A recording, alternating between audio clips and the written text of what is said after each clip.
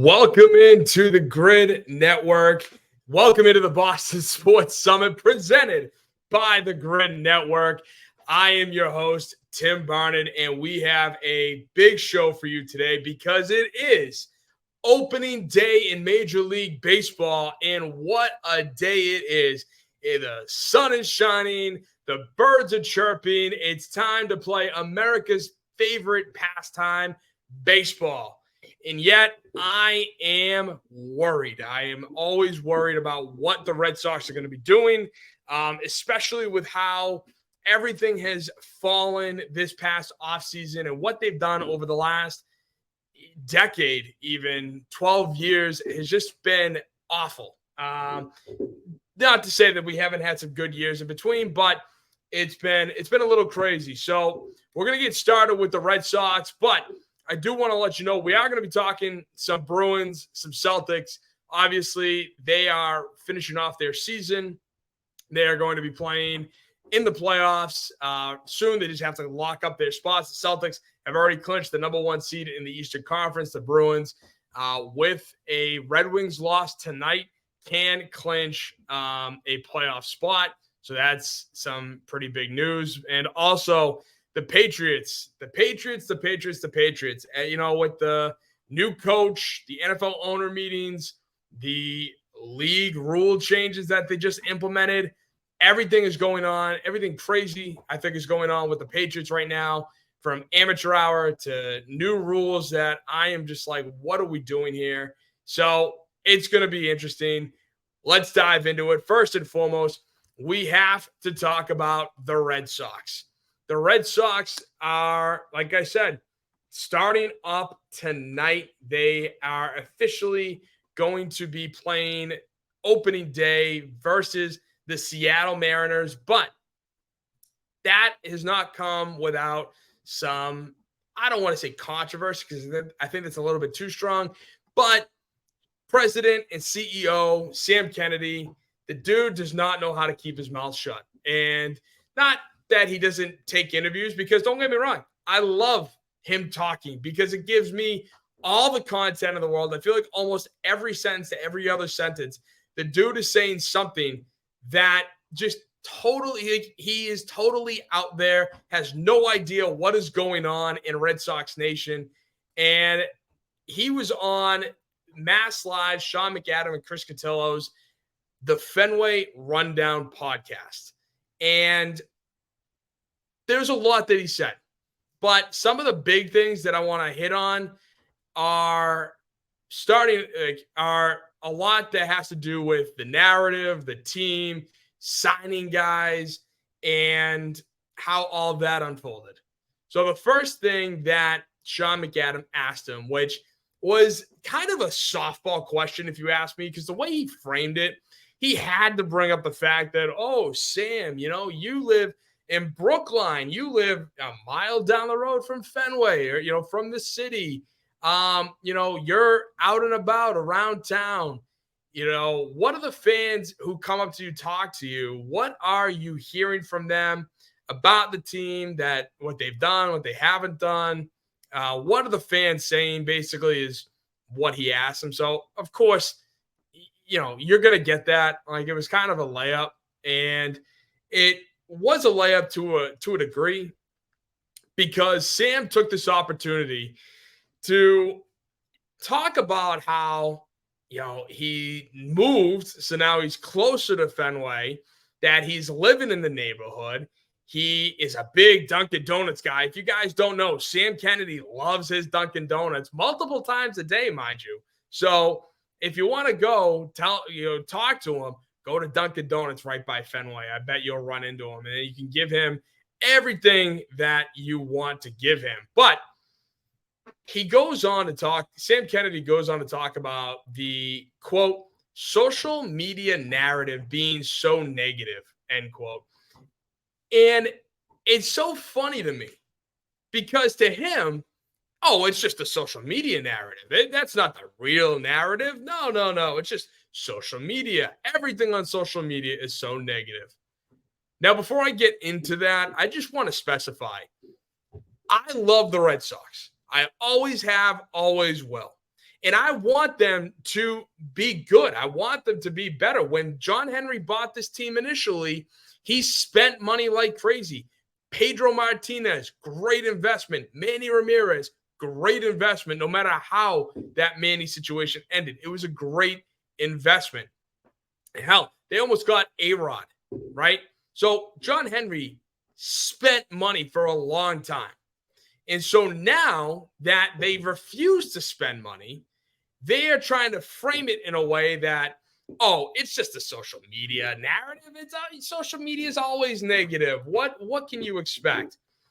So, and he goes on to talk about how fans say we're excited about the young players and what has happened during spring training. There's a lot to be optimistic about.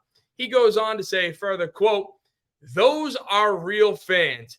Those are fans who support us through thick and thin. Well, I got to stop there because first and foremost, thank you, Sam.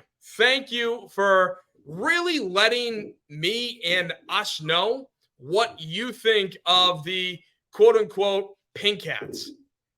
That's what I call them. That's why I said quote unquote. But the pink hats are the ones who are just blind faith. They don't care. They're like, yay, Red Sox, woohoo. It's baseball season. I love it. Where they can't pull themselves out, look at the team, and say to themselves, let me be critical here. Let me look at what has gone on in Major League Baseball. What have the Red Sox done? What have they done in the past? And what are they doing currently? And let me put two and two together. No, they don't do that. So to him, those are the real fans.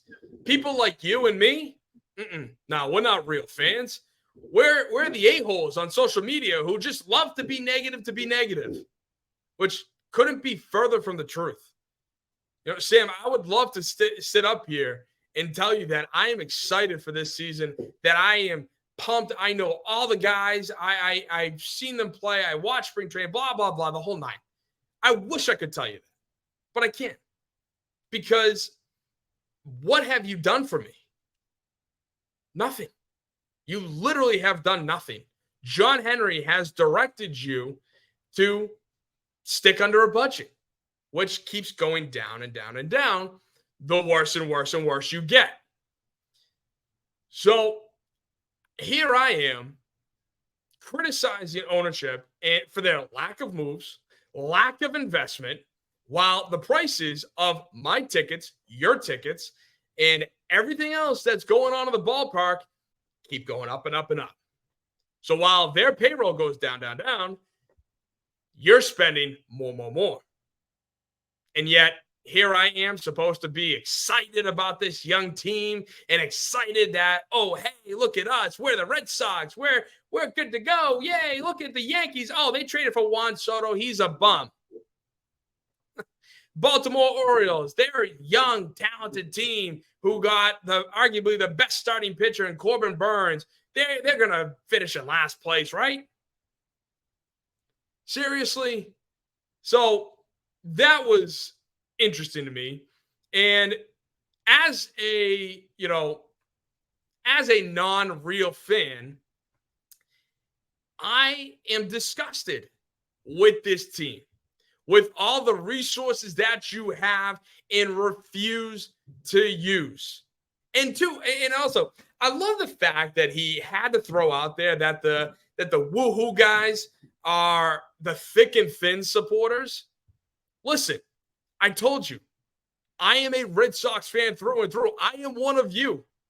I am not like Sam Kennedy, who has worked for the team for 23 years, that still wants to refer to himself as a man of the people, saying that he's a diehard Red Sox fan. I got a family who's a diehard Red Sox fan, or Robert Kraft for that matter, which I'll get into later, who is saying, I got to put on my fan cap now. No, both of you, stop talking like you're fans, okay? Because I have more connection to the fan base than you, because I'm one of you.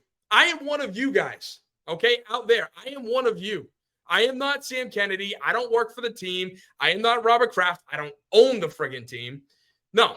So that's why that bothered the living crap out of me, because You're calling everybody who's being critical of you, and rightfully so, not real fans. And so tell me, do you want to be the person who lives with the blinders on, who only can see what's in front of them, just see the Red Sox logo, just see this logo right here, and think to yourself, oh, everything's okay. Yeah, that's all I can see. Yay, look, Fenway Park. I love being at Fenway. And don't get me wrong, I love being at Fenway too. Fenway, like I had to go to Fenway every year. It's like a tradition. But I am also smart enough to see what the ownership does with this team, what they can and cannot do, or refuse to do, I should say. Not they can't do. They can do anything they want. And I'll get back into that in just a few moments. But the next thing that Sam Kennedy goes on to say is, or just discuss. I'm not quoting, but just discuss. He goes, the one thing I agree. Well, I will say this. Sorry, I'm jumping a little ahead of myself right now. I will say, the one thing I agree with Sam on is the fandom. And the interest in the Red Sox is there. He's saying that there is interest in the Red Sox. And Sam, I agree with you. I 100% agree. I want to be there. I want to say I am excited for the dog days of summer. There's a reason why this episode is titled The Dog Days of Spring. Because the dog days of summer are the times where there's no other sports going on. It's just baseball. And when the Red Sox suck, when they are out of it, when they're last, it's not fun. Then, yeah, it's the dog days of summer. July, August, September suck. The last thing I want to watch is a friggin' Red Sox game. The last thing I want to do is go to a Red Sox game when I know what I'm going to expect. That's why the dog days of summer. And that's why I'm calling this episode the dog days of spring, because I have a very strong indication of what I'm going to expect. But I know the interest is there. I want it to be there. I look forward to opening day usually every year. This year, not so much, because the problem is that you and the Fenway Sports Group, from John Henry all the way to LeBron James, which I can't even begin to talk about how much that pisses me off, refuse to invest to make this team worth watching.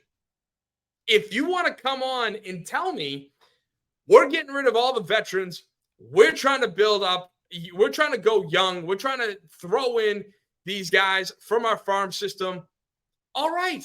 At least you're telling me your honest, brutal truth, the brutal, honest truth that is going to lead me in a direction where I am not expecting you to sign Jordan Montgomery, Blake Snell, Yoshida Yamamoto, Shohei Ohtani. I'm not expecting that, because I know you want to just take your farm system and say, here, jump into the big leagues, get some experience, and let's go. But you didn't do that. You didn't. You lied to my face. You lied to all of Red Sox Nation who's watching this show, and all the others who aren't. Like, I'll be honest. And you told us you were going full throttle. So, speaking of full throttle, Chris Cotillo was asking him about the full throttle approach and how, at what point did you realize like you weren't going to be going full throttle? And so, of course, Sam Kennedy never answers a question. He has to jump around and then make excuses, and that's the thing I hate. I can't stand excuse making, trying to say, oh, well, we're doing this, doing that. No, there's no excuses. What happened? And so Sam starts off and says, we've had a very active and very busy offseason, starting with the GM search in mid-September, which is actually kind of funny that he brought that up as an excuse for for how busy they were. Because in case you forget, they, as a sports group, as Fenway Sports Group, have effed over Theo Epstein, Ben Cherington, Dave Dombrowski, and now Chaim Bloom. They have screwed them over. And so when they were going through the GM search, which they were very busy for, the funny part was they had 10 to 12 people turn them down. Yeah. 10 to 12 people said to them, when offered the head of baseball ops position for the Boston Red Sox, absolutely not. We're not going to be a part of this Ferris wheel or carousel wheel of baseball operations guys. No shot. And I don't blame them. I really don't.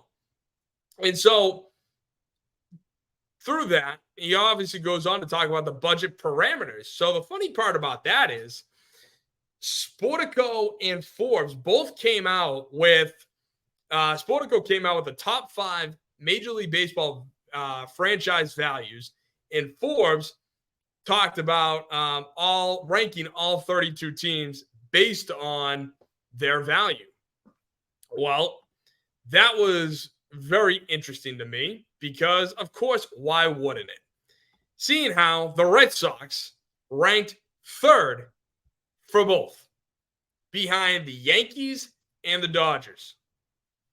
Yankees and Sportico were valued at $7.93 billion, the Dodgers at $6.3 billion, and the Red Sox at $5.96 billion.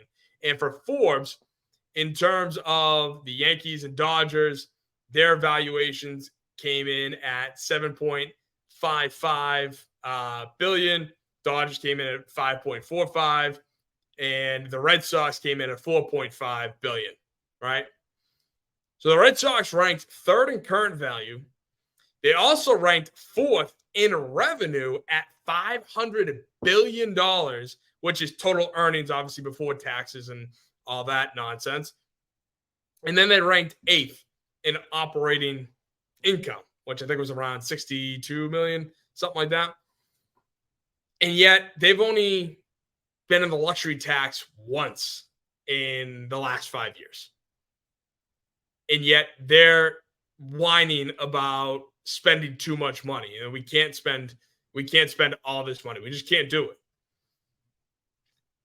It just amazes me. It absolutely amazes me that we've come this far as an organization, as the Red Sox, to be valued as one of the most valued franchises in baseball, yet to act like you're the Oakland Athletics, like you're the Tampa Bay Devil Rays, or the Rays, excuse me, and the Baltimore Orioles. What a joke. Absolute joke. But Sam Kennedy, in all his glory, continues to say that they have an invested ownership group that has been willing to extend in certain cases.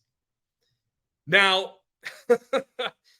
for an organization group that made it a point not too long ago to come out and say publicly that they refuse to sign long-term deals with starting pitchers, well, pitchers, primarily, but in general, with guys who are 30 and older because they equal bad contracts. You telling me you can't afford Jordan Montgomery 1 year, $25 million that he just signed with the Diamondbacks, who, was working out in Boston College, who was just living in the city. His wife is working in the city. Also, Blake Snell going to the Giants, 2 years, I think, 62 million, something like that total. You're telling me you can't do that? Spend a couple dollars over the luxury tax this year to get two starting pitchers, especially after Lucas Giolito got injured? You can't do that? Blake Snell has an opt-out after this season. Jordan Montgomery signed a 1-year deal. It's not that much when you think about it all together. It's kind of a joke. Then Kennedy wants to use the Rafael Devers $331 million extension last season as look, this ownership group is invested. We want to spend money. We just want to spend it on the right guys. Well, Sam, let me remind you that the Rafael Devers extension was because Red Sox fans bullied John Henry. I will say it once and I will say it again. We bullied John Henry into getting that extension done. There's a great video on Twitter showing Red Sox fans waiting outside Fenway Park during the winter or right before the Winter Classic between the Bruins and the Penguins, who John Henry owns, Shaka, that pay Devers. There is a story with a Red Sox fan who was holding a sign at the game that said "Pay Devers," and the security confiscated it, and then came out and apologized because the story blew up. People were like, "What the hell?" So for him to say that was a big splash, in that guys like me who are so negative about the team, no, I'm realistic about the team, but for us we just whistle past Rafael Devers' extension. We don't talk about that because it doesn't fit the narrative. Look, see, they spent $331 million on one player, a 10-year contract, and he says it was a massive, massive commitment to see a homegrown player spend the rest of his career with the Red Sox. And Sam, not once have I said that you haven't spent money on Rafael Devers. No, I always talk about it, but I always bring it up because it actually fits my narrative. It doesn't fit your narrative. It fits my narrative due to the fact that we bullied your ass. You let Bogaerts go. No one liked it. So we made sure that Rafael Devers was going to stay in Boston because he is the only guy on this roster that remains from the 2018 team. It's insane to me. And for you to act so high and mighty, so cocky, to say that guys like me who are negative want to whistle past the Rafael Devers signing. No, I don't. I never have. Not once. Because I know how that deal actually got done. So, like I said, Sam Kennedy is honestly a match made in heaven because every time that dude opens his mouth, it is content glory for me. And because the funniest part about it is he still goes on. He talks about how they love to have homegrown player spend the rest of his career with the Red Sox. And I go, oh, really? A homegrown player spend the rest of his career with the Red Sox? So wait, with this ownership group, how did it go with John Lester? Is he still on the team? Did he retire a Red Sox? How about Xander Bogaerts? No? Ooh, I know. Mookie Betts. The reason why the Red Sox are going to be so good this year is because Mookie Betts is still on the team, right? No. 3 homegrown players you let walk because your boss, John Henry, is a cheap scumbag.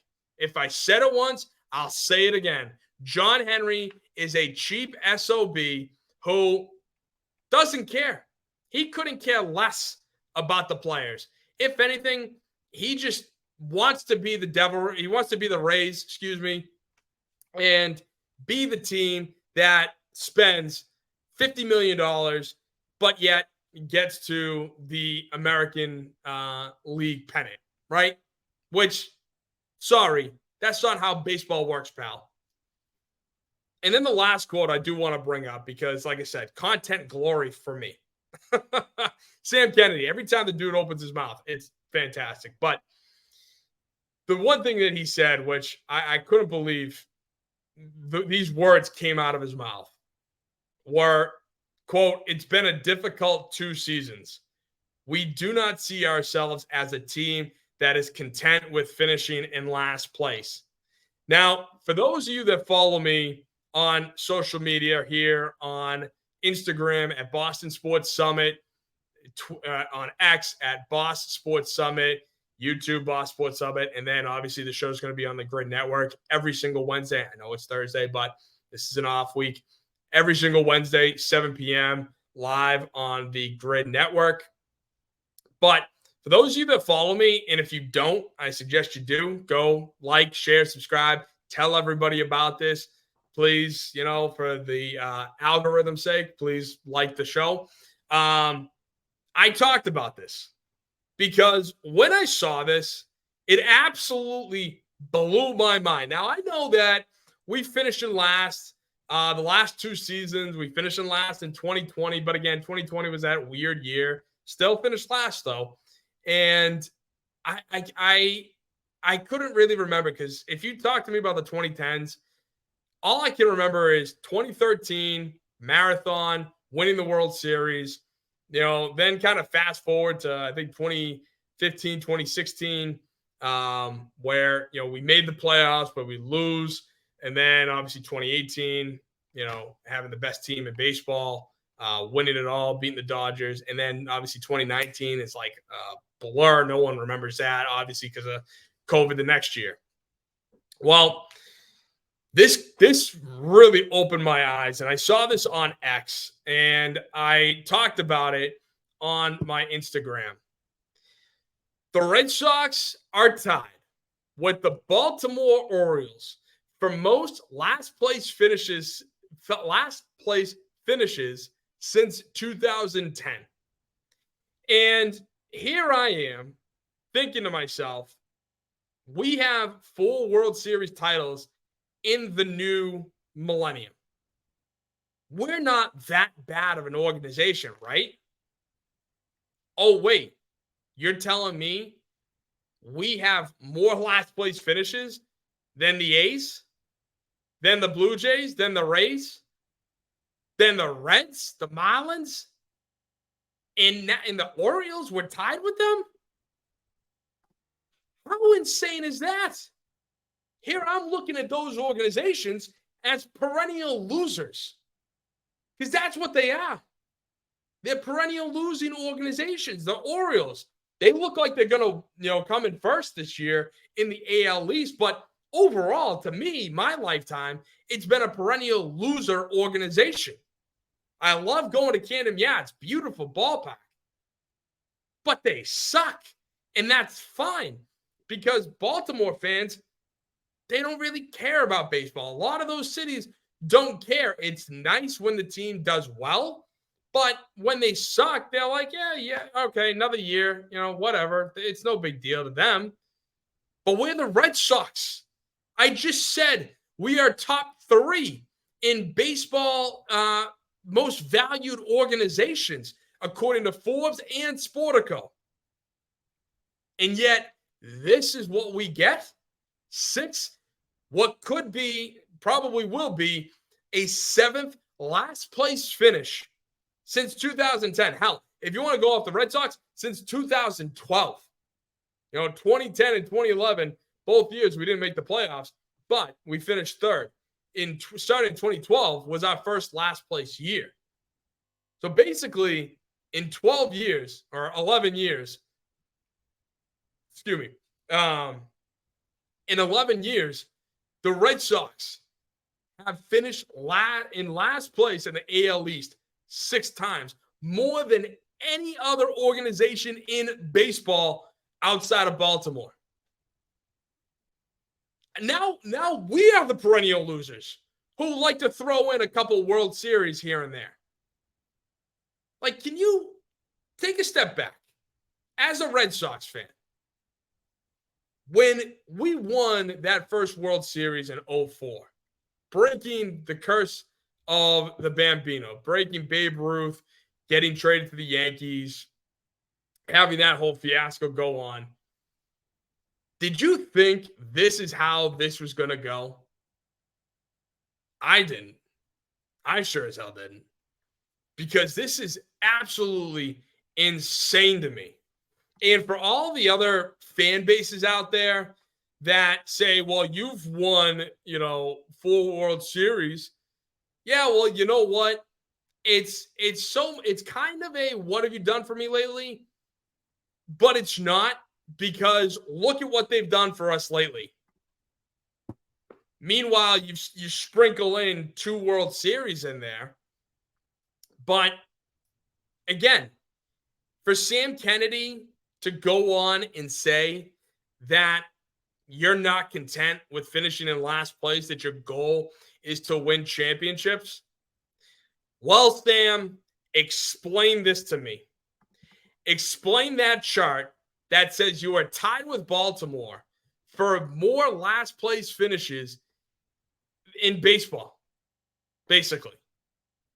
It is an absolute joke. And I am sick and disgusted.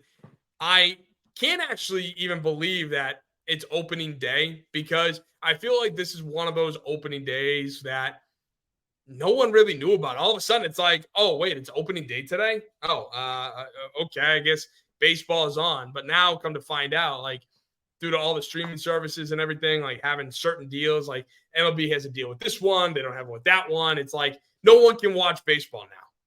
It's stupid. It's really stupid. Like, I love baseball. I love the Red Sox. That's why I'm so critical. I am critical of the Red Sox because I want them to be good. You know, you don't have to go and win a World Series for me. But at least, again, for the 1 millionth time, FSG, John Henry, Sam Kennedy, show me that you want to invest in this team. Don't keep raising my prices to then lower yours. Because obviously I'm not going to fall for that. And I know people will. And I don't blame them. I wish they wouldn't go. I think that would be hilarious, is that all of a sudden you go to Fenway Park, the game starts at 7:05, it's 7:15, and all of a sudden there is not a soul in Fenway. Like it was with COVID. You know, that would be phenomenal to just have a game, middle of a game playing, and there is not a soul in Fenway outside of the players and the staff. That would be great. You know, really stick it to the Red Sox and John Henry. But obviously I know that's not going to happen due to the out-of-town fans and, you know, some Red Sox pink hatters, you know, are like, whatever, hey, I get to go to Fenway. You know, sure, fine. I'm not upset by that, because I'm not going to sit there and, you know, blame you for wanting to go to Fenway, for, you know, if your kids want to go and you want to take them, fine, go, be my guest. Not gonna berate you for that. It just sucks that it seems like John Henry and FSG has us over the barrel, and outside of calling, you know, sports media, reaching out, going on Twitter, bitching and complaining, there's really nothing that we can do outside of having no one go to a game. It's hard. It's hard like that, because I want this team to be good. I really do. I really do. Like, you're probably sitting there going, all the, you know, for lack of a better word, bitching and complaining I've done. You're probably sitting there going, how can you sit there and be a fan? Because that's what I am. I am a fan of this team. I love the Red Sox. Always have, always will. And I want them to be good. But I also want the ownership to show me that they want to invest. You know, because if I'm going to pay the highest ticket price in all of Major League Baseball, then damn, I better be getting a good product out of it. And I'm not saying that they have to win. They have to go 162-0. No, of course not. But don't lie to me. Don't go down that path, because this is the type of situation they themselves put themselves in. All right? Because everything that I tell you, going full throttle, all the Sam Kennedy quotes, Tom Warner, like, these guys have said it with their own mouths and then tried to retract it weeks or months later because it's like, oh crap, like, we said this and now we have to figure out a way to circumvent that so that way the fans aren't yelling at us. Where, again, as Red Sox fans and Boston sports fans in particular, guess what? I know you and I know me. We're not stupid. When we hear you say key words, certain phrases, we know exactly what that's going to produce. And then when you don't do it, this is the type of belief storm you get. I mean, it's absolutely insane to me that this is where we are. This is where we are as Red Sox fans, where we are for opening day 2024. It sucks. It's going to be a long season, folks. And the one thing that I've been this question has been posed to me a lot, right? Is what are your thoughts on the team? And my thoughts of the team are, again, it's not going to be good. I don't think this team is strong enough. We're definitely not deep enough to make it, I think, a full 162. I think we're going to come to a point where injuries are going to start piling up. I think what happened to Lucas Giolito was a freak accident. I mean, the guy has no history of injuries. And then, of course, he gets injured. And it's not bad where he doesn't need Tommy John, but they definitely have that elbow. They're going in to check out his elbow. And so I'm worried. I truly am worried. And we had all the starter depth right there, ready to be had out on the free agent market, and they refuse to do that. They refuse to. So I know that Brian Bayo is going tonight, which I think is great. And I'm trying to look up their starting lineup because I know they just announced it not too long ago. But yeah, so the starting lineup, you have Jarren Duran at 1, Rafael Devers. Jarren Duran's going to be in left field. Rafael Devers is going to be at third base, batting 2. Trevor Story's batting 3 at shortstop. Tristan Casas batting 4th at first. Tyler O'Neill batting 5th at right. Matsutaka Yoshida DHing, batting 6th. Sedan Rafaela batting 7th in center. Emmanuel Valdez batting 8th at second. And then Connor Wong catching, batting 9th. And, I mean, I need to see what Jarren Duran, Tristan Casas, and Trevor Story, for that matter, can do. Because Jarren Duran and Tristan Casas have had their ups and downs. Jarren Duran was on pace to lead the league in doubles because the dude has wheels. Like, when he goes, he goes. And I love it. It's great. It can definitely throw defenses off, especially when he hits like a bloop single that he can stretch into a double. And Casas has shown that he's got quite a bit of power. Problem is, these guys need to put it together for a full season. Duran's been hurt. Casas is streaky. And then Trevor Story, outside of Coors Field in Colorado, is a career 237 hitter. And of course, last season, was mostly a no-go. But for that, I'm like, 237 outside of a ballpark that's a mile high, where the ball flies further and all that stuff. Like, I mean, this roster doesn't excite me, and I am excited for the young guns. I'm not going to, I shouldn't go so far as say it doesn't excite me, because it does. Brian Bayo, I want to see what this kid can do. Jarren Duran, Casas excite me. Rafaela, he excites me. He looks like a good center fielder. I hope that the dude can hit, but I have no freaking clue. And so the Red Sox are just this weird predicament, man. It's tough. It's tough being a Sox fan. And not for the reasons that, oh, we're not going to win a World Series this year. No, it's just that, the Red Sox have invested practically nothing in this team and expect me to, yay, Red Sox, it's time. It's Major League it's opening day. Like, let's go. Like, how can I get up and excited for that lineup? How can I get up and excited knowing Shohei Ohtani, Yoshida, or Yamamoto, Montgomery, Snell were on the market to be had, especially later on. They got them for cheap. And this is what I get? This is the product that I get? Oh, it just sucks. And talking about, products that we don't know what we're going to be getting next season. The New England Patriots, man, they just had the owner meetings on Monday and Tuesday. The head coaches got together and the owners also got together and talked about certain rules that they wanted to pass from the competition committee.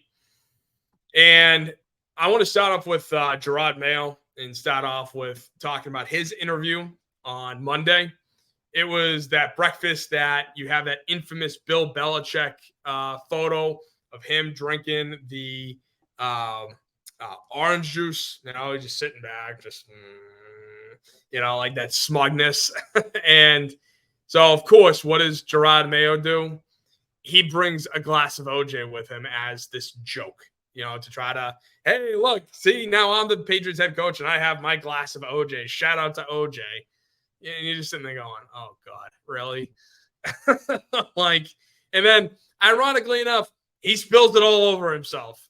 So it was just kind of funny. A couple points that I want to hit with Jerod Mayo was he kind of made a dig, I thought, at Drake May, because while he was talking about he seems like a good leader, his interview at the Combine was really good, and that he could see the high ceiling.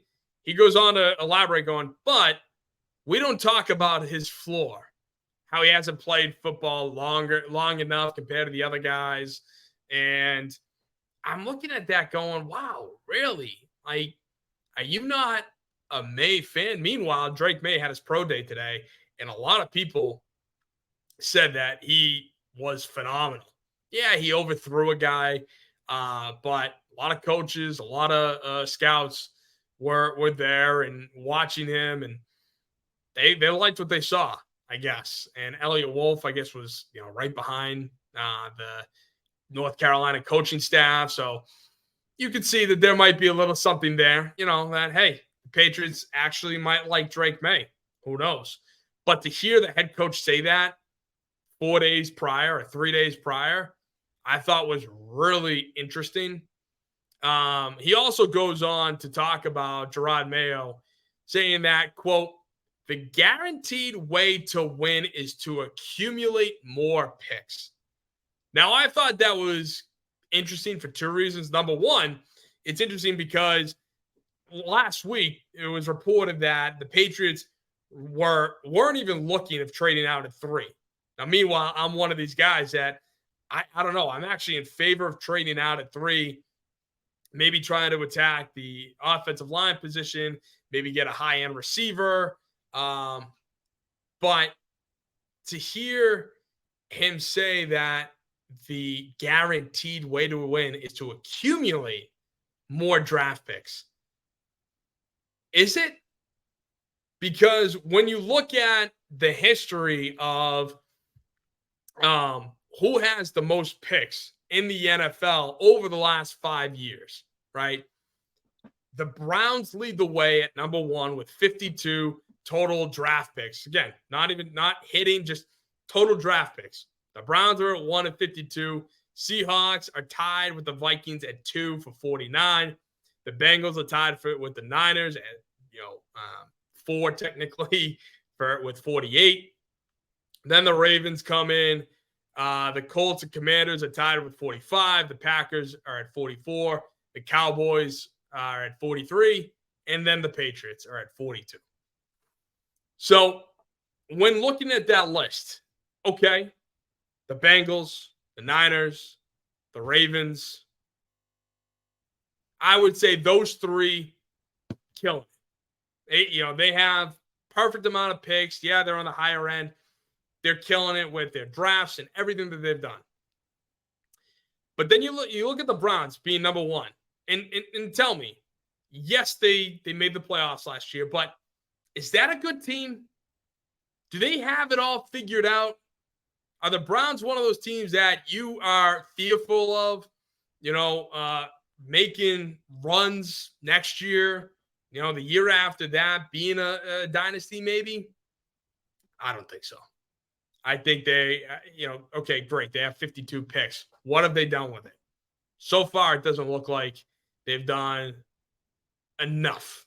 They've done something with them, obviously, but not enough. Seahawks got rid of Russell Wilson. Geno Smith had one good year, and then last year was kind of average. And what's going to happen with that? The Vikings, obviously, Jordan Addison, great pick last year, but Kirk Cousins is gone. So who's their quarterback now? Are they going to try to package 11 and 23 and trade up for 3? They're going to try to package 11, 23, next year's one, maybe a 2026 one, and then move up to 2. I mean, there's a lot going on. The Colts barely missed out on the playoffs. Commanders, obviously, we know suck. Packers, average right now. I think Jordan Love obviously it was a good year for him, but I feel like a lot of people had no idea what to make of him. So I'm very interested to see what happens next year and see if he can keep it going and maybe even repeat or do better. So if he can, the Packers are a good team. The Raiders, the boys, and the Patriots. Raiders had to fire Josh McDaniels. There's a lot craziness going on there. Cowboys, I think, they've had some good picks, but for the most part, they seem to be a regular season team. I went on,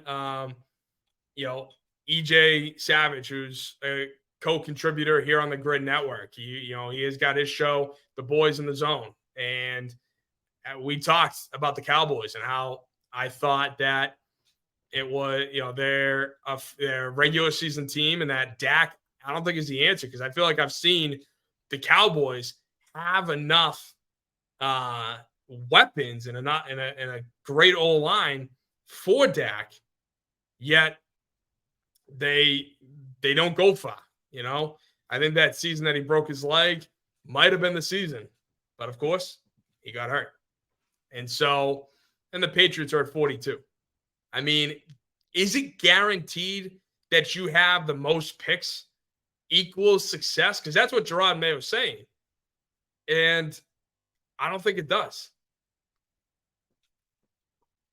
I don't think having the most picks possible guarantees success. And that's what Jerod Mayo is saying. But then the very next day, it was kind of funny because Robert Kraft goes on and he has his own press conference out in the foyer or, out in the lawn.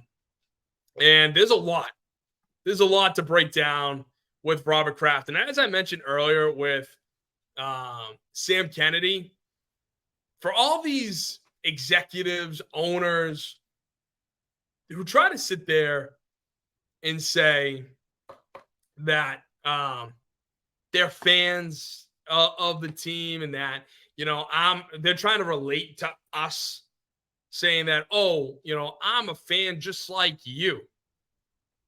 No, you're not. You're the owner. It's kind of a difference. Like you own the team. You can do whatever you want. You can fly in on your own private helicopter, your private jet, whatever. Whereas for me, I'm paying my hard-earned money to you, right? Who then obviously has money. He makes money hand over fist, obviously, with the TV deals, but then takes my money and pays the players with it, pays the staff with it. So I'm kind of done with all of this because I feel like Sam Kennedy is trying to do that, use the Robert Kraft playbook and like, hey, look, I'm a local guy. I'm one of you. Like, look, I live right down the street. I go to the local Dunkin' Donuts, man. Like, it's like, stop it. The two of you. All right. Please. I'm done. I'm done with it because I can't relate to you. And I figure that you can't relate to them either. So why are we going to try to play this game? Don't get me wrong. I love the guys, the ex-players, like Kevin Garnett, for instance. I know I'm jumping to basketball for a quick second, but Kevin Garnett, who didn't want to come to Boston in the first place, but then, we got Ray Allen. He accepted the deal with a little help from Kevin McHale. But now he loves Boston. Boston is like a second home to him, and it's great. It's good to see. Bruins, you got some of the local guys. It's kind of funny, but at the end of the day, are those local guys helping us win? That's the $1 million question. And so Robert Kraft talking about his fandom and how, he's trying to talk about what the Patriots should do at number 3 or do the Patriots, should they get a quarterback, right? And of course, he's like, I got to put on my fan hat and, we got to talk about how he, at the end of the day, quote, one way or another, I'd like to see us get a top-rate young quarterback, end quote. And they clearly didn't go out on the market to do that. So my guess is that they're going to draft a guy. And after reading that, it kind of feels to me that Robert Kraft has become the owner in draft day where he's going to get pissed at Elliott Wolf if they don't take a quarterback at 3. If Minnesota, by some stretch of the imagination, gives them this Godfather offer, 11, 23, a 25 first, a 26 first, and Justin Jefferson, or cut the 26 first out, those 3 and Justin Jefferson, and they trade out, I wouldn't be surprised if Robert Kraft is pissed behind closed doors, especially if at 11 and 23, we miss out and the only guy remaining is Michael Penix. And Michael Penix, we haven't scouted at all. He was the only quarterback we didn't talk to. He's the only quarterback that we actually sent 4 guys to his pro day today, but I don't think it was many high-ranking guys. So, what does that tell you? I think they just wanted to see it. And if he's the only guy remaining, because we went with a left tackle at 11, Troy Fountain, who, again, if you watched the show on Tuesday, the Boys in the Zone show that I was with, I was gladly joined with EJ Savage. Sorry, EJ. He's got a great Cowboy show. So if you're interested, if you like the Cowboys, or if you just want to listen to more of the Grid Network shows, we got a great array of different shows here on the Grid Network. So I suggest you check them all out. But we did a mock draft, and I traded out at 3. I got 11 and Justin Jefferson. I didn't get 23, but I got 11 and Justin Jefferson, and then took the left tackle out of Washington, Troy Fountain. So if we do that, and then we're left at 23 with Michael Penix, Robert Kraft might be pissed. And so that's going to be interesting. But Robert also goes on to talk about how optimistic he was, saying, quote, we've made some improvements, end quote. And then, obviously by signing younger players that we drafted, that have been in the system. And to that I go, well, Robert, those same guys are the guys that helped us go 4-13. the reason why we're in this position is based on those guys. Now, of course, could some of the outcomes have been a little different? Absolutely. There might have been a situation here, a situation there that could have changed everything. We could have won, and then we wouldn't be sitting here at third, we'd be sitting at 10th or something like that. I don't know. But it was kind of crazy. And I know we haven't signed, our top three round picks to a second contract in over 10 years. But again, a lot of these guys, are they worth it? Are they worth it? Because to be honest, I would have let Duggar walk. I think Kyle Duggar is a fine player, but I don't think he is probably worth what he's thinking he's worth. Obviously, Robert goes on to talk about Calvin Ridley and that whole situation, saying that, it was because of finances, but really because his girlfriend wanted to be in the South. And I think Calvin Ridley, it's his wife, but she wanted to stay in the South, and really laying that on thick. And then at the very end goes, it also might be the QB situation too. And then they go on to the next question. And it was like, there you go, Robert. Way to just kind of not even bring that up, right? Not even go and expand into more detail, really tell you what everybody is thinking, knowing that really Jacoby Brissett's the guy you want to run into battle with, especially if we trade out at 3. That's why you needed to get Gardner Minshew, Justin Fields, somebody who's young enough where they can, play for the starting role, that have experience in the league, that have shown some moxie, some talent. And yet, nope, we're going to do what's comfortable. Sign Jacoby Brissett, it's cheap, and that's it. And then stay with Bailey Zappi too, who I can't stand Zappi. And you know what? The players might love him, and that's fine. But God, I think he is just an absolute screwball. And the dude is so full of himself. And listen, I got no problem with ego, because I think, a quarterback, cornerback, and wide receiver have to be the most ego-driven positions on the field. But I've said this from day one. I think Bailey Zappi has overrated his own talent. And, he was a yes man for Belichick and Patricia. Year one, his rookie year when he was drafted. I think that's why everything was so crazy like that, right?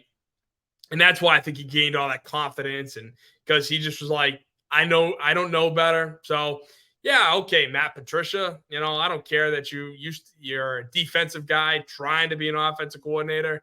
Yeah, whatever. I'll just do what you say. So I think obviously that helped him a lot. Obviously, then Kraft talking about the NFL Players Association survey, going how the Patriots have failed miserably at, providing daycare for players, kids during games, and letting their wives sit and watch the game. Rather, the wives have to sit and watch the kids.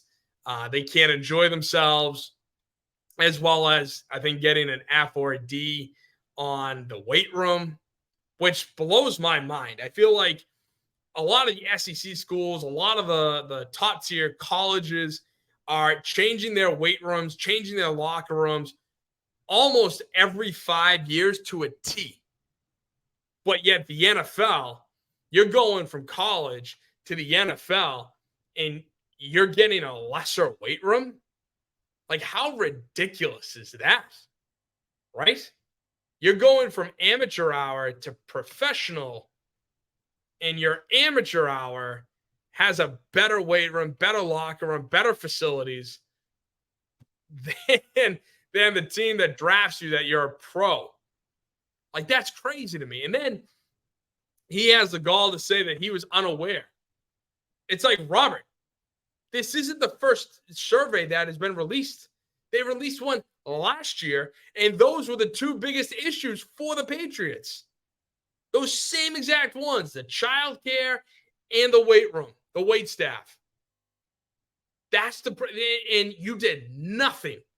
You were so focused on your friggin' lighthouse in that scoreboard that needs to be at least 20 feet higher, not wider, higher, because it looks so weird being that panoramic view. I feel like you can only get, that widescreen view, and I hate the widescreen. So you don't get the whole, I'm a full screen guy. What can I say? But you were so focused on that nonsense that this is what you're like, yeah, whatever, we'll push it off for as long as we can go. And now you're actually getting called out on it. And you're kind of like, oh, yeah, I guess I have to do something now. So you're putting in that development adjacent to everything else. I wonder how that's going to go. And then the last thing, obviously, with Kraft was him being asked about the dynasty in the docuseries and talking about how, he was just as disappointed. He loved the first 3 episodes, but felt bad the emphasis was so much on the controversial and that they should have focused more on the Super Bowl wins and the 21-game win streak. The players given hours of interviews not getting shown, only focusing on the negativity. And it's so dumb.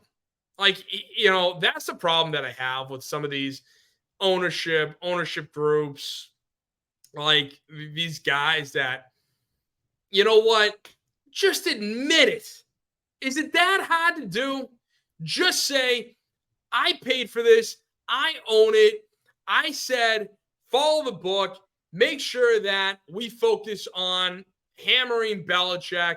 Again, was Robert Kraft leaning over Matthew Hamachek's shoulder to say, no, we don't need that. We need this. We need that. That's the line that I want. No, of course not. But Hamachek, the director, had a guideline. He knew what he was doing. Come on. At the end of the show, it says Kraft Dynasty LLC. I mean, could you get any more clearer than that? So please, spare me on the idea that this was all, you were totally, oh my gosh, oh no, I didn't want it like that. I wanted it to be about everything. No, you didn't. No, you didn't. And it's not hard to figure that one out. I mean, if Robert wasn't the one, then I know Jonathan was. All right, if I'm going to give Robert the benefit of the doubt and say, you know what, Robert, fine. You had no idea. You weren't part of it. Maybe the LLC isn't even yours. Well, guess who it is then? It's Jonathan's. And that's where I'm going to shift the blame to. So it's either you or your son. Pick one. It's ridiculous. It's stupid to me that every owner, every president, every GM or these guys, they don't want to accept blame.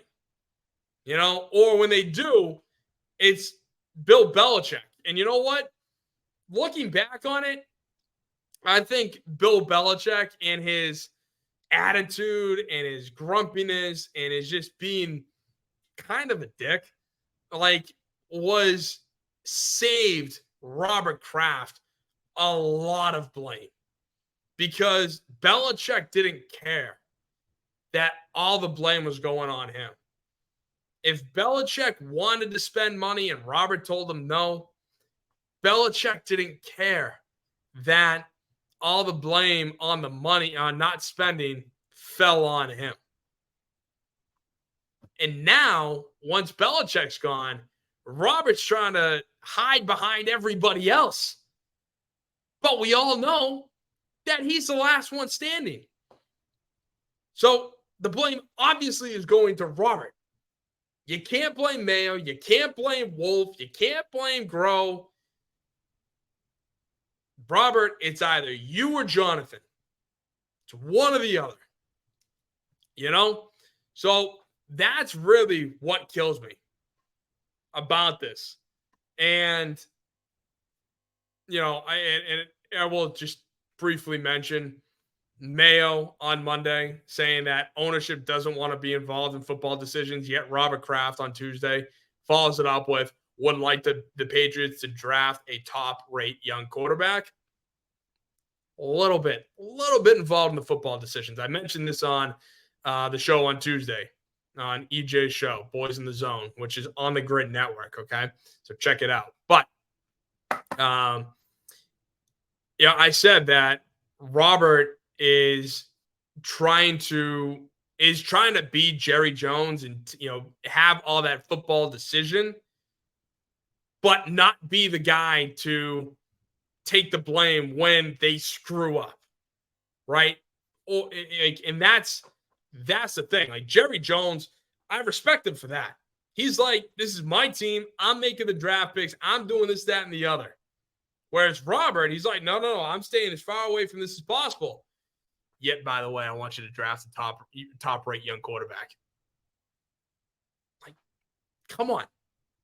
Robert keeps reminding me more and more of the owner from draft day, and I swear it's going to get crazy.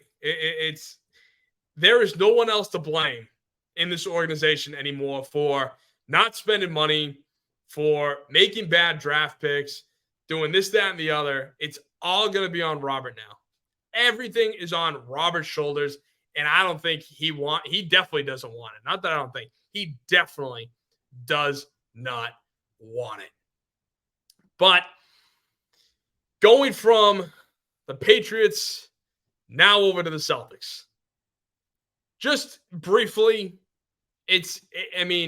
what more can I say? The Celtics locked up the number one seed in the Eastern Conference. They've, there's, I think, 10 games remaining, 9 games. They're playing right now, back-to-back against Atlanta. And the game against Atlanta on Tuesday or Monday floored me. Absolutely floored me. And it wasn't, and part of it obviously was the fact that they were up 30 points and then subsequently blew it and lost. I don't care if you were out partying and drinking the night before or for the last 4 nights in Atlanta, however long you were there. There is zero excuse to be up 30 midway through the second quarter without Derek White, without Drew Holiday, and then still subsequently blow it. And what really floored me, obviously, was blowing that lead, because that is just a stupid lead to blow. It floored me because the analytics, I think, helped play a part in it, as well as Tatum and Brown at the end of the game became Mr. ISO, Mr. Isolation. It's their ball. They're going to be, it's their ball for all 24 seconds. Tatum bringing the ball up and not even crossing half court and getting an 8-second violation. How many of those do you see in the league at all season? Maybe a handful. But that was so dumb and so stupid. And really, I'm not concerned about them in the playoffs, but I am concerned about their antics and this type of action, because that's why they lost. They should have beat Atlanta in 5 last year in that first round. And Atlanta didn't go away. They forced a 7-game. Obviously, they came back on Monday and beat your ass while you were up 30. Teams aren't afraid of you. Just because you have these big leads, especially in the first half, maybe even midway through the third quarter, the team can still look at it and be like, yo, we do this, we do that. Guess what? We're back in it. And that's what a lot of teams do. That 08 team where Garnett, Allen, and Pierce, if they ever were up 30, that game was over at any point in the game. If they were up 30 at any point in the game, it was done. They were not losing that game. And analytics, I think, is part of the blame, obviously, because not only were the Jays playing ISO, but also because 21 of their 38 three-point attempts, excuse me, 21 of their 38 three-point attempts came after their 30-point lead. 55% of their three-point attempts came after them being up 30. Guys, you're up 30 friggin' points. Stop listening to the damn nerds and drive the paint. That's it. That's all you have to do. And then if you don't, here's an idea. Go to the elbow. Go to the line. Like, it's honestly, take the mid-range jumper. Like, hello, higher percentage shots. It's not that hard. But yet that phase of the game is out. Because you have these coaches, you have these players that are so focused on staying behind the line or driving to the hole. It's all or nothing, basically. And it's so dumb, so stupid that in late game situations, that's what really scares me about this team. And I know that Bryson on Carving It Up on the Carving It Up podcast on the Grid Network, great show. Check it out Monday, Wednesday, Fridays. He talked about how great Tatum is in elimination games. And that's true.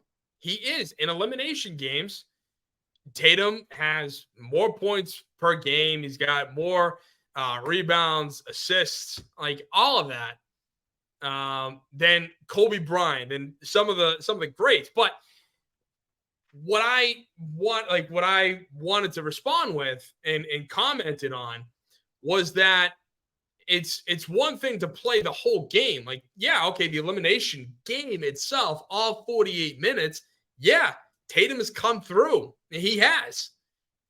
But what about the final 2 minutes of a game? What about the final minute? What about the final 30 seconds, right?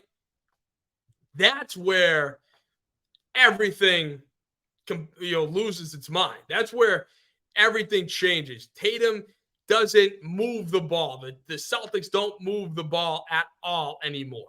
When it gets down to crunch time, tight game, they're down 2, they're up 2, they're tied. Like, that's where I sit and I have a problem because, again, the Celtics play a great team game. Yes, Tatum runs the team. Like, that's his team. But so far, the ball, the way they get up 30 points is through their passing, by spreading the ball around, getting Porzingis his opportunities. And trust me, Porzingis has plenty of times where he should have gotten the ball in the final possession, but they refuse. They both, the Jays, want to make it about them. And both of them just aren't good. And it's wild to me.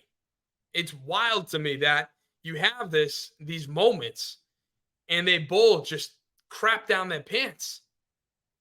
Not every single time. I mean, Bryson did, respond and say that, well, Tatum had that layup against the Brooklyn Nets in game 1, which he did. And that was great.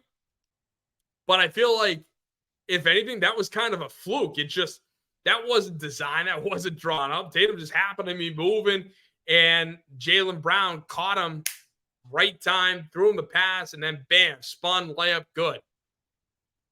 Like, it was good. But overall, the two of them, Jaylen and Jason, need to figure out how to develop that clutch gene. And yes, I know the nerds aren't going to sit there and say there's no such thing, or are going to sit there and say there's no such thing. Well, I'm sorry, but yeah, there is. High pressure chances like that, the final seconds of a game, you have to hit the jumper, you have to drive the hole, you have to hit the 3. I'm sorry, that's clutch. Greatest clutch hitter of all time, David Ortiz. I mean, again, there is such a thing as clutch. numbers and analytics try to eliminate that altogether, and that's wrong. But don't get me wrong, I have faith that the Celtics will win the NBA championship this year. I do. It's just, I feel like they're going to, piss it away. They're going to do something stupid, and they're going to dribble the ball, 25 times, and then do this stupid fade away from the elbow, stupid fade away from the three. And it's already a low percentage shot. Now it's an even lower percentage shot because you're trying to do the fadeaway. So it's like, that's where they're going to run into trouble. And what frightens me about that team and their playoff run. Well, speaking of playoff runs, the Boston Bruins are finishing off their season as well. The playoffs are starting soon. And a lot happened over the span of 5 days. Saturday, they had an absolutely terrible loss to Philadelphia, only for Jim Montgomery, who is, Mr. Players Coach. Everybody loves him. That's the reason why he got hired, is because Bruce Cassidy is too hard on us. I want the coach to be nice and to coddle me. That's why I wanted Bruce Cassidy gone, or what a lot of the players were saying. And then you have that terrible loss, only for Jim Montgomery to turn into Bruce Cassidy, because he had the guys skating either the distance, full sprints, or suicides, whatever it was, on practice on Monday, and bitching them out left and right. Even the media guys who could hear everything weren't even in the rink. They were in the press box, could hear everything. And so Jim was pissed, and rightfully so, going on and to tell the media that we're not ready for the playoffs. The playoffs are literally right around the corner, and we're not ready.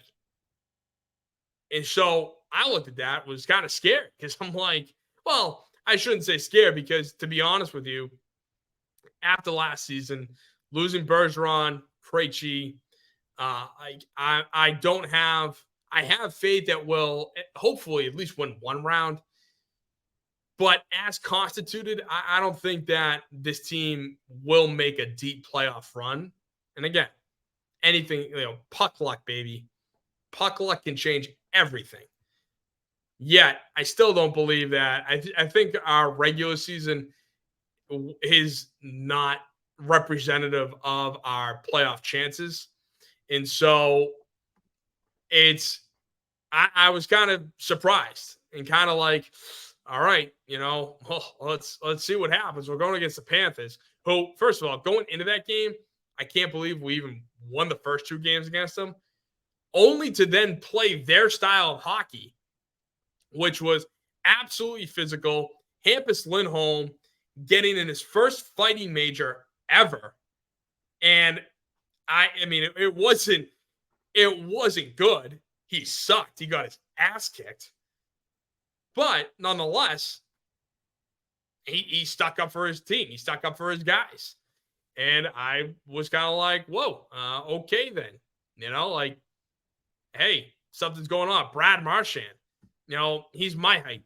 And he's fighting a 6'4" guy, 6'5" in that game, which I think turned the tide, turned some heads, and somehow squeaked out a victory in Florida, which I couldn't believe. It's like, whoa, all right. I'm not sitting here saying that we're going to go all the way now, but Toronto and versus Florida, if memory serves, I think the Bruins are 7-0 this regular season against those teams. So it's kind of like, give me Toronto, give me Florida in the second round. Like, that would be ideal. Not because I think we can beat Florida in a 7-game series. Absolutely not. That team would wear us down. There is no shot. in a 7-game series, in my opinion.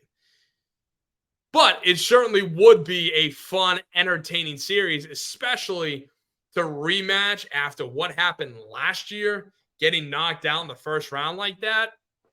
So it would be fun. I think that would be interesting. But then, of course, they followed it up with a loss to the Bolts last night, and you could tell they kind of looked tired, which I want to be like, yeah, okay. Like, I want to say that's okay, but at the same time, like, I want to stay consistent. I don't believe there is such a thing as a moral loss. I don't believe there is such a thing as that, right? And so it kind of the game was there for the taking, I think, a couple of times, but they didn't have the juice, they didn't have the energy. And then I will tell you, this was kind of one of the more shameful things. That final 4.5 minutes of not pulling your goalie, and then literally a $1:10 remaining. Hampus Lindholm gets the puck, skates behind Allmark, leaves the puck there for Coyle to come around. Coyle just sits there. Allmark ain't moving. You're down 1. And all of a sudden, final minute remaining. And you're like, and still, nothing. I don't think they moved until it was like 57 seconds, 56 seconds. They started to make their play up the ice. And once the puck got past the first blue line, that's when I think Allmark made the move. And all of a sudden, you had a 6-on-5. Puck was in the offensive zone. And somehow, some way, Nikita Kucherov squeaks off, and Tampa gets the puck, finds him. He is all by himself. All by himself. Not that there was a trailing defender. No. There was no one. Absolutely no one. And so that blew my mind. It was literally the most uninspiring ending to being down 1 goal I think I've ever seen. Like, that I hated every bit of that, because again, I don't care how tired you are. You have to be aggressive. It's the final minutes of the game, guys. Come on. Like, what are we doing? And I know it was hard, that final 4.5, to maintain good offensive zone. Fine. So be it. But when Charlie Coyle has that puck, at least behind the net, Allmark, get your ass to the bench. Bring the 6th man on, and then Coyle will move the puck up from behind the net. Something like that. At least, show some urgency. I mean, damn, guys, really. But obviously, you can't win them all. And to be honest, and also, too, it is kind of tough to, say that I want them to win. Because, of course, I want them to win. But I also want them to face Toronto in the first round. I want them to play the Leafs in the first round. I'm thinking that the winner of the Atlantic might be the number 1 seed in the Eastern Conference, which would mean we wouldn't play the Lightning. But if somehow New York jumps and becomes the number 1 seed, and then we're the number 1 seed in the Atlantic, we would be playing the Lightning, and that would scare the piss out of me. Even though the Lightning aren't good this year, trust me, I had a whole separate podcast alone on the Lightning. So I've been following them all season. They're not good. They're still talented enough and still kind of own our ass. I think they won the series 3-1, this regular season. Again, everything can change, once the postseason hits. But it's the Bruins, man. I would love to see just at least them get out of the first round. And I think Toronto is softer than you. So that's why I want to see the Leafs. Because even though they're talented, obviously Boston has crushed them this season. And their softness knows no limits. So, yeah, it's going to be an interesting season so far for the Bruins. And I do just want to check out the Celtics. What time do they play? Yeah, they're playing right now, and it's actually a tie ball game. 5:15 remaining in the second quarter, and it's 44 apiece. So, in case you're wondering, in case you're, going to tune in after this show, I appreciate you guys, staying here, watching, listening to me. If you have any thoughts, questions, you can always hit me up, comment, please like, share, subscribe on the Grid Network, my YouTube channel, Boston Sports Summit. Please like and follow my X account, Boss Sports Summit, as well as my Instagram, Boston Sports Summit. So thank you guys once again so much. This is the Boston Sports Summit presented by the Grid Network. I am your host, Tim Barnard. And to everybody out there, go Boston and God bless. Thank you so much for tuning in. And I'll be back next Wednesday here on the Grid Network's YouTube channel, live at 7 p.m. Don't forget, next Wednesday, which will be April 3rd. April 3rd, will be live on the Grid Network, 7 p.m. Tune in. See you there. Once again, everybody, God bless. Thank you.